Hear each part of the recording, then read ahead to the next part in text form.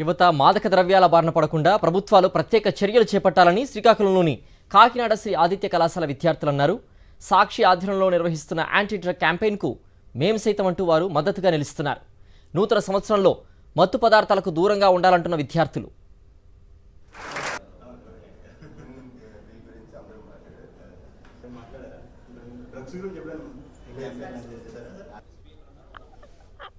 భరత సమాచారం మా ప్రతినిధి సునీల్ అందిస్తారు. నూతన సంవత్సరం సందర్భంగా డ్రగ్స్ లేని ప్రపంచానికి ఆహ్వానం పలుకుదాం, డ్రగ్స్ మహమ్మారిపై పోరాడదాం అంటూ సాక్షి టీవీ యాంటీ డ్రగ్ క్యాంపెయిన్ చేస్తుంది.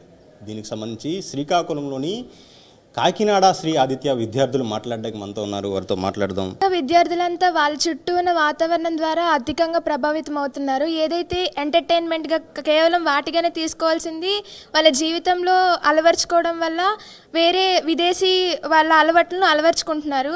ముఖ్యంగా గుర్తుపెట్టుకోవాల్సిన విషయం ఏమిటంటే అతి చిన్న వయసులో డ్రగ్స్ వినియోగించడం వల్ల అది శారీరకంగానే కాకుండా మానసికంగా కూడా ఒక మనిషిని క్షీణింపజేస్తుంది. అంతేకాకుండా మనం ముఖ్యంగా గుర్తుపెట్టుకోవాల్సింది ఏంటంటే మన బాధ్యత మనల్ని మనం కాపాడుకోవడం.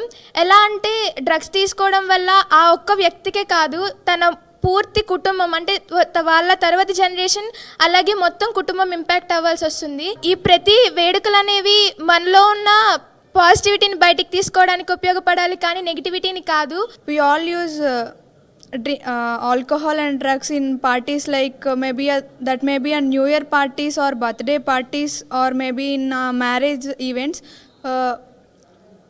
For that we should have awareness that we will have health issues, health problems. 15, 16 ఇంకా 12, 13 ఇయర్స్ వాళ్ళు కూడా ఈ మాదక ద్రవ్యాలు ఇవన్నీ స్టార్ట్ చేస్తున్నారు. ఫస్ట్ ఆఫ్ ఆల్ అంటే పేరెంట్స్ది తప్పు అని అనము, కానీ వాళ్ళు కూడా కొంచెం పిల్లల్ని కంట్రోల్ చేస్తూ వాళ్ళ మీద అబ్జర్వేషన్ పెడుతూ ఉండాలి. ఫ్రెండ్స్తో బయటికి వెళ్తామని చెప్పి అక్కడికి ఇక్కడికి వెళ్ళి డ్రగ్స్ కానీ ఆల్కహాల్ కానీ చాలా ఎక్కువ చేస్తున్నారు. ఇంటి పక్కన ఉన్న పాన్ షాప్కి చాక్లెట్స్ కానీ వెళ్తామని చెప్పి ఏవేవో సిగరెట్స్ కానీ ఇవ పనులన్నీ చేస్తున్నారు. అంటే టీచర్స్ కానీ పేరెంట్స్ కానీ పక్కన ఉన్న పబ్లిక్ సొసైటీ కూడా పిల్లల మీద కొంచెం దృష్టి ఎక్కువ పెట్టాలి. వాళ్ళకి డ్రగ్స్ తీసుకునే ముందు ఒకసారి వాళ్ళ పేరెంట్స్ని గుర్తు చేసుకోవాలి. ఎందుకంటే ఇప్పుడు ఫ్రెండ్స్ అనేవాళ్ళు ఫ్రెండ్స్ వల్ల ఎక్కువ ఇంపాక్ట్ చూపిస్తుంది వాళ్ళ లైఫ్ మీద.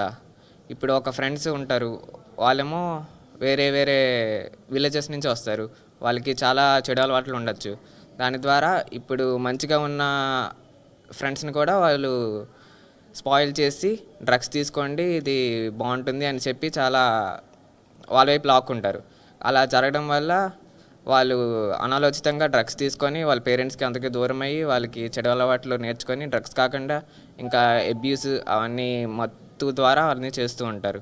తెలుసో తెలియకో కొన్ని పార్టీల్లోకి వెళ్ళడం ద్వారా లేదంటే ఫ్రెండ్స్ సర్కిల్స్ ద్వారా ఈ మాదక ద్రవ్యాలకి ఎక్కువగా బారిన పడడం అనేది జరుగుతుంది. అయితే దీనికి అన్ని వైపుల నుంచి సరైన అవగాహన ఉండాలి.